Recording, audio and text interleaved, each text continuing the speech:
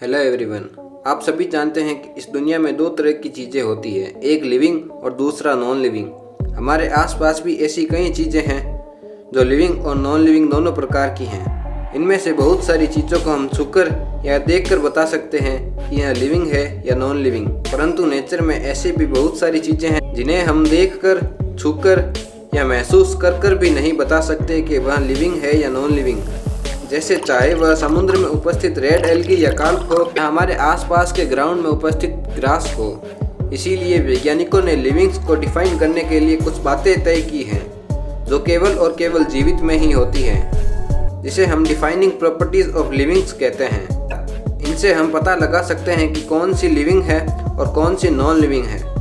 तो आज की इस वीडियो में हम इन्हीं डिफाइनिंग प्रॉपर्टीज ऑफ लिविंग के बारे में जानेंगे और साथ ही में जानेंगे कि क्या वायरस भी लिविंग है या यह नॉन लिविंग है। वीडियो को शुरू करते हैं। हेलो एवरीवन, मेरा नाम है सूरज और आप देख रहे हैं मेडिकल फ्यूचर। लाइफ अपने आप में एक अमेजिंग थिंग है। There are certain characteristics of all the living organisms on this planet, whether it is a microorganism, a plant or an animal or an aquatic animal. सिर्फ organism में present होता है, इसलिए इनको आपने क्या कहा बच्चों? इनको आपने क्या कहा? Defining feature. मैं कैसे समझूं कि ये लिविंग है और ये लिविंग नहीं है? मुझे क्या पता। कई बार हम सोचते हैं कि जीवन के ऐसे कौन से लक्षण हैं जो डिफाइनिंग प्रॉपर्टी ऑफ लाइफ कहलाए जा सकते हैं। मतलब हम ऐसा मान सकते हैं कि वो डिफाइनिंग प्रॉपर्टी आपको हमेशा केवल और केवल लिविंग बीइंग में देखने मिलेगी, नॉन लिविंग में देखने कभी नहीं मिलेगी।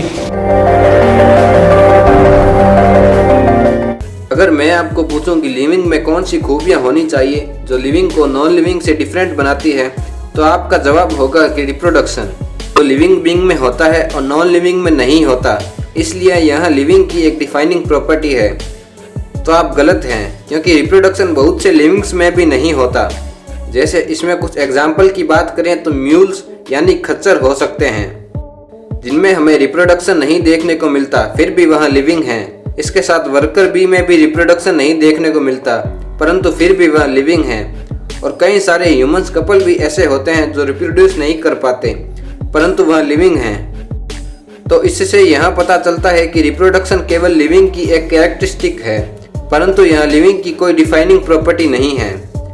आपके दिमाग में यह भी आया होगा कि ग्रोथ जो केवल लिविंग में देखने को मिलती है, तो इसलिए यह एक लिविंग की डिफाइनिंग प्रॉपर्टी हो सकती है, परंतु ऐसा भी नहीं है। नॉन लिविंग भी लगातार ग्रोथ करते हैं। जैसे हिमालय पर्वत हर साल कुछ हाइट से ऊपर उठता है और ग्रोथ करता है, तथा यदि कोई चट्टान कई सालों से एक ही जगह पर मौजूद है तो उस पर धूल का जमाव होने से उसकी भी हाइट में ग्रोथ होती है। इसलिए ग्रोथ भी किसी के लिए एक कैरेक्टरिस्टिक ही है, ना कि उसकी डिफाइनिंग प्रॉपर्टी। अब आप में से कई लोग बोल सकते हैं कि लिविंग में तो इंटरनल ग्रोथ होती है, जबकि नॉन लिविंग में ऐसा कुछ भी नहीं होता। तो मैं आपको बता दूं कि इसीलिए ही लिविंग की यह एक कैरेक्टरिस्टिक है कि इसमें इंटरनल ग्रोथ होती है। परंतु अगर ओवरऑल ग्रोथ की बात करें तो यह लिविंग एंड नॉन लिविंग दोनों में ही देखने को मिलती है। किसी लिविंग में उसकी फर्स्ट डिफाइनिंग प्रॉपर्टी उसका मेटाबॉलिज्म है, जो किसी लिविंग ऑर्गेनिज्म की बॉडी की सेल्स में उपस्थित प्रोटोप्लाज्म में चलने वाली निरंतर प्रक्रिया है। मेटाबॉलिज्म एक केमिकल प्रोसेस है जो एनाबॉलिज्म एंड कैटाबॉलिज्म में डिवाइड है। एनाबॉलिज्म यानी मॉलिक्यूल का जुड़ना एंड कैटाबॉलिज्म यानी मॉलिक्यूल का टूटना होता है, और इन्हीं दोनों क्रियाओं का ह्यूमन बॉडी में निरंतर चलते रहना ही लाइफ को डिफाइन करता है। अगर किसी ऑर्गेनिज्म में मेटाबॉलिज्म ही स्टॉप हो जाता है तो वह ऑर्गेनिज्म लिविंग से नॉन लिविंग बन जाता है। क्योंकि नॉन लिविंग में मेटाबॉलिज्म की क्रियाएं नहीं पाई जाती, इसीलिए यह लिविंग की एक डिफाइनिंग प्रॉपर्टी कहलाती है।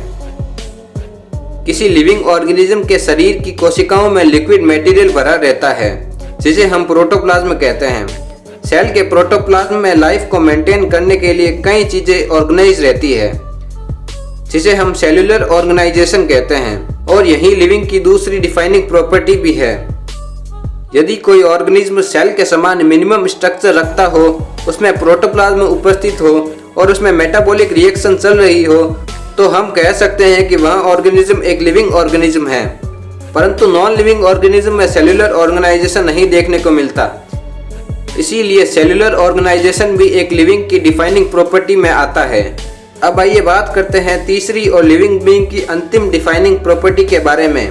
उससे पहले अगर आप आगे भी ऐसी ही ह्यूमन लाइफ से जुड़े इंटरेस्टिंग इन्फॉर्मेशन लेना चाहते हैं, वो भी एनिमेशन के फॉर्मेट में, तो प्लीज़ आप हमारे चैनल को सब्सक्राइब कर दीजिए ताकि ऐसी ही वीडियोस आपको आगे भविष्य में भी लगातार मिलती रहें। और अगर आप 11th 12th या नीट के स्टूडेंट हैं तो मैं आपको रिकमेंड करूंगा कि आप ज़रूर से हमारे साथ जुड़े, क्योंकि आपसे जुड़ी इन फ्यूचर बहुत सारी वीडियोस आने वाली है। तो मेक श्योर आप हमारे साथ ज़रूर बने रहें। अगर मैं आपसे कहूं कि आप कुछ देर तक अपना हाथ किसी गर्म वस्तु पर रखिए, परंतु जब आप उस वस्तु पर अपना हाथ रखने जाएंगे, परंतु आपके ना चाहते हुए भी आपकी बॉडी उस जगह से आपके हाथ को हटा लेगी, क्योंकि आपकी बॉडी जानती है कि ऐसा करने से हमें नुकसान पहुंच सकता है। इसी को हम सेल्फ कॉन्शियसनेस कहते हैं। यह सेल्फ कॉन्शियसनेस केवल ह्यूमन में देखने को मिलती है, परंतु कॉन्शियसनेस प्रत्येक लिविंग ऑर्गेनिज्म में देखने को मिलती है। और यही कॉन्शियसनेस लिविंग की तीसरी डिफाइनिंग प्रॉपर्टी है। हर लिविंग ऑर्गेनिज्म को अपने एनवायरनमेंट से लगातार मेटाबॉलिज्म के लिए फूड लेना होता है, अपने रेस्पिरेशन के लिए लगातार गैसों का ट्रांसपोर्टेशन करना होता है, या अपने मेटाबॉलिक वेस्ट को बाहर छोड़कर बाहर से न्यूट्रिएंट्स को अपने शरीर के अंदर लेना होता है। यानी किसी लिविंग का उसके एनवायरनमेंट के साथ अटैचमेंट ही उसकी कॉन्शियसनेस कहलाती है, जो कि केवल लिविंग्स में देखने को मिलती है, नॉन लिविंग्स में नहीं। और यही लिविंग ऑर्गेनिज्म की तीसरी डिफाइनिंग प्रॉपर्टी भी है।